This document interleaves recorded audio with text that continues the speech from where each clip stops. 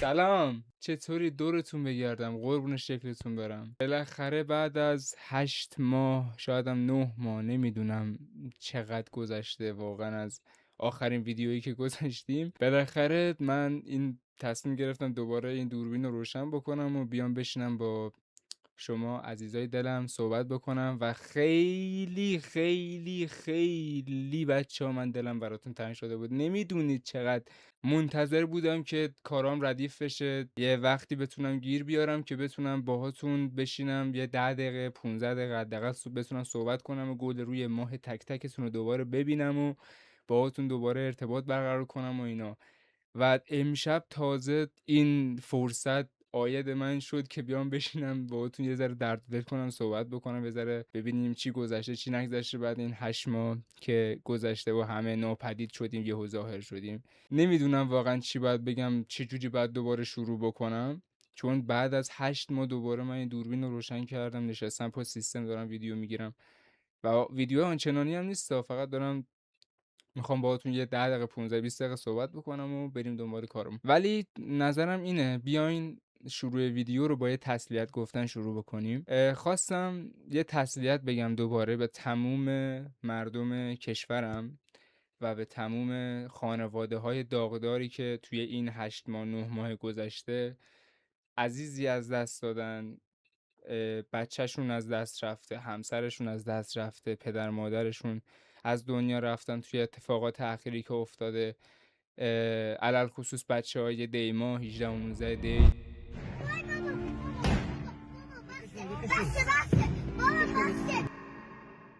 بچه‌های میناب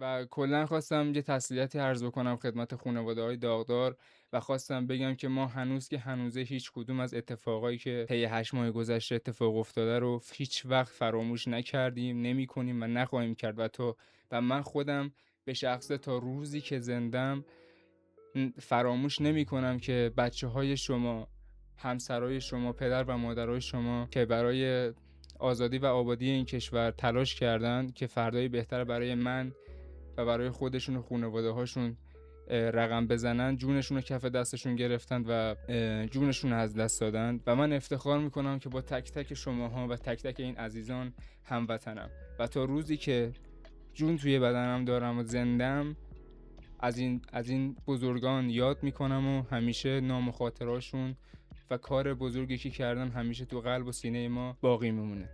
حالا چرا من دوباره شروع کردم به ویدیو درست کردم؟ بچه‌ها از وقتی که اون اتفاق افتاد و اینترنت ها قطع شد دوباره وصل شد و جنگ شد دوباره قطع شد تا همین امروز، بچه‌ها من هر شب و هر روز به این فکر میکردم که با چه ویدیویی، چه جوری، با چه تیپی، چه استایلی بیام جلوتون بشینم 10 دقیقه صحبت بکنم. هر شب تو این فکر بودم و هر شبم یه دردسر برای من درست میشد، یه کار برای من پیش میومد، نمیتونستم بیام بشینم ویدیو بگیرم. بالاخره امشب بعد از مدت ها وقت کردم، تونستم که بتونم بیام بشینم یه 20 دقیقه با خوشگلای خودم دورتون بگردم، گل روی ماه تک تکتون رو ببینم، دوباره باهاتون صحبت بکنم. و بعد من خیلی کارام عجیبه، نمیدونم یادتونه یا نه، ویدیو قبلی که برای امروز رفتم تو چنلم، اتفاقا بعد چند ماه دیدم که ویدیو آخرمو برای 4 ماه پیشه، من اونجا موهامو بازکات زده بودم، خب بازکات زده بودم بعد اومده بود پایین.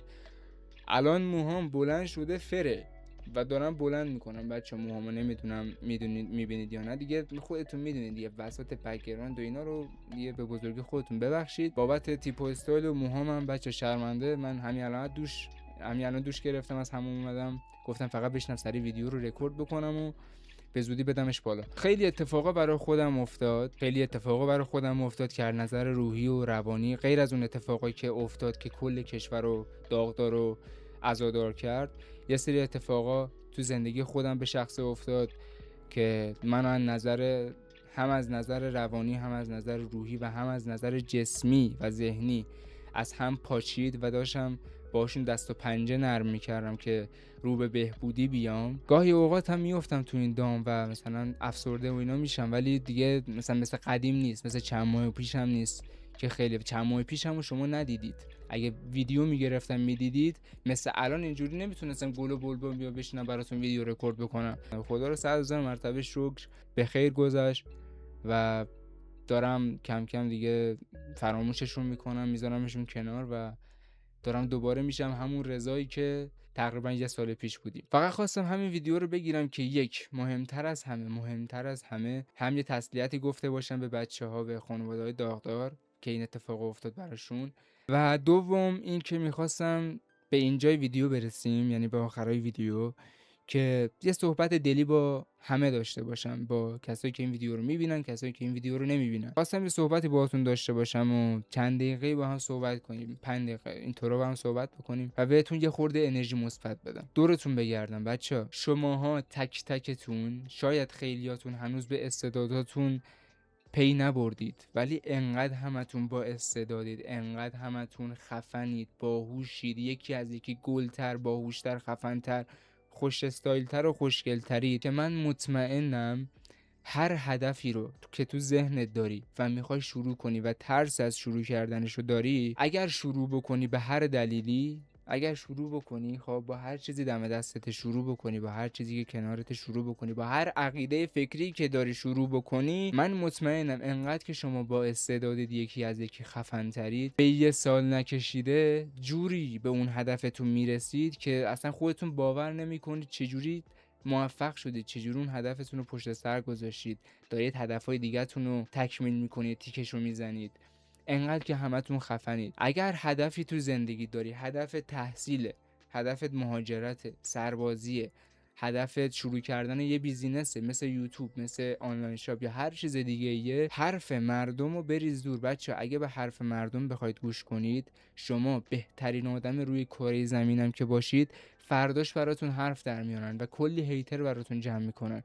اگر به حرف مردم بخواید گوش بدین، رک و رو راست بهتون میگم، ببخشید این حرفا میزنم، ولی اگر بخوای رو حرف مردم حساب باز کنی و کارتو شروع بکنی، همون کارتو شروع نکنی و به هدفت فکر نکنی، سنگین تری. خیلی ببخشید اینجوری گفتم، ولی واقعیته. اگه رو حرف مردم اصلا کار گوره بابای حرف مردم، اگه همه آدمای موفق روی حرف مردم میخواستن حساب باز بکنن، رونالدو نمیشد، مسی نمیشد، ایلان ماسک نمیشد. رو حرف مردم حساب باز نکنید. هدفتون هر چی که هست بچا، بچسبید به هدفتون و پرقدرت و محکم و با تجربه و استمرار و امید به زندگی، امیدی که به این که به زودی قراره به اون هدفتون برسید، محکم قدم بردارید بدون اینکه بدونید چی در انتظارتونه. و میدونم که و اینم طبیعیه که توی اون هدفی که دارید میرید کنید، باید سختی‌هایی که میاد صد راهت رو تحمل بکنی. زمین که میخوری تو اون راه، خب ممکنه خیلی شکست بخوری، ولی باید تحمل بکنی، نباید دوباره برگردی و عقب ناامید بشی، باید پرقدرت انجام بدی جلو. و من مطمئنم انقدر که همتون خفنید و با استعدادید، ببینید چند بار دارم بهتون میگم، انقدر که همتون خفنید و با استعدادید و یکی از یکی باحال‌ترید، دورتون بگردم به 1 سال یعنی تهش 1 سال اگه به هدفتون محکم فوکس کنید، تمرکز کنید، محکم قدم بردارید براش و حرف هیچ کس براتون مهم نباشه و خودت با تصمیمات خودت بری جلو، مطمئنم تهش 1 ساله سختیشو میکشی و به اون موفقیت میرسی و به خودت افتخار میکنی. اگر هم خدای نخواسته به اون هدفت نرسیدی، برای بار اول به اون هدفت نرسیدی، اصلا عیبی نداره، فدای یه تار موت. مهم اینه که تو بار اول با تموم مشغله‌ای که داشتی شروع کردی و ادامه دادی و تهش نشده. این طبیعیه، خیلی طبیعیه.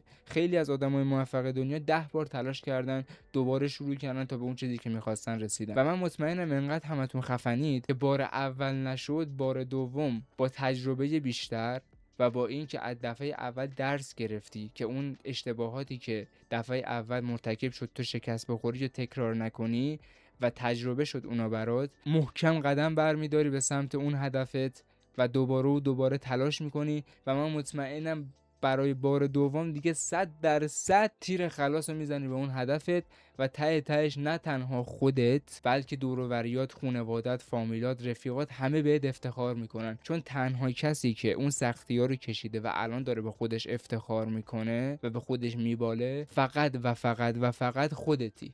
و اصلا بچه دوباره میگم حرف مردم چیزی براتون ارزش نداشته باشید، ببخشید بگیرید به یه ورتون حرف مردم. هدفت هر چیزی که هست بشین پاش، تلاش بکن، اگر سختیشو بکشی تلاش بکنی نشد نداره بهش نرسی. پس بازم میگم حرف مردم اصلا به یه ورتون باشه و اینم بهتون بگم که بچه دورتون بگم بی دلیل شاد باشید، بی دلیل شاد باشید، حتی شده برای 10 دقیقه، یه رو 20 دقیقه. میدونم سخته، میدونم نمیشه، میدونم هر روز میخوایم شاد باشیم یه اتفاقی میفته توی کشور که باعث میشه دوباره ناراحت بشیم، ولی سعی بکنید، تجربهش بکنید، انجامش بدید، بهترین نتیجه رو ازش میگیرید. دور سرتون بگردم، ببخشید که با حرفام دوباره توی این ویدیو سرتون رو درد آوردم. واقعا خوشحالم که دوباره نشستم پای این دوربین دارم با شما صحبت میکنم، دوباره نشستم پا کارم، قراره که دوباره کارمون رو شروع بکنیم. گفتم به زودی قراره شروع بکنیم ولی معلوم نیست کی، ولی گفتم به زودی. دور سر تک تکتون بگردم، قربونتون بشم، من نمیدونید چقدر دوستتون دارم. فقط خواستم بهتون بگم که بچه‌ها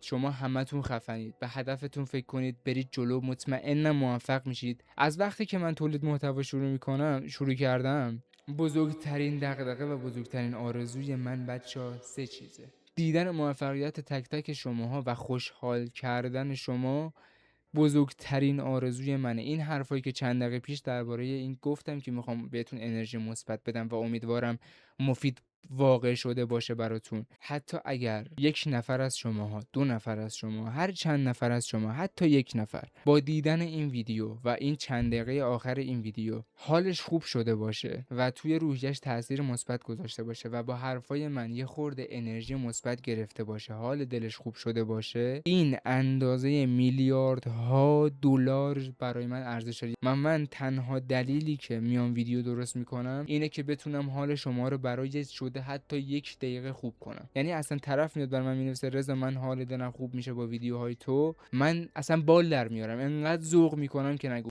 همین دیگه، چیز دیگه نمیمونه. دور سر تک تکتون بگرم، نمیدونید چقدر دوستتون دارم، قربونتون برم. من به هدفتون فکر کنید، برید جلو، حرف مردم چیزی براتون ارزش نداشته باشه. بازم میگم شما همتون خفنی، دورتون بگردم همتون. و اینکه امیدوارم بچه‌ها روزی تو زندگیمون برسه که توی کشورمون نه غم داشته باشیم دیگه، نه خبرهای بد بشنویم، نه گریه‌زاری و عزاداری باشه، فقط خندیدن از ته دل رو توی کشورمون داشته باشیم، برای مردممون بهترین زندگی ها رو برای مردممون داشته باشیم. همین، چیز دیگه نمونه. دور سرتون بگردم، عاشق تک تکتونم، مراقب خودتون باشید، دست گل تک تکتون رو میبوسم. اگر از این ویدیو حمایت کنین، اگرم حمایت نکردین، فدای تار موتون. و به ویدیوهای بعدی مهمون خونه هاتون و مهمون نگاه‌های گرم و قشنگتون هستم. دوستتون دارم خیلی زیاد. چرا؟ چون که به چشماتون خیلی میاد. قربون تک تکتون بشم.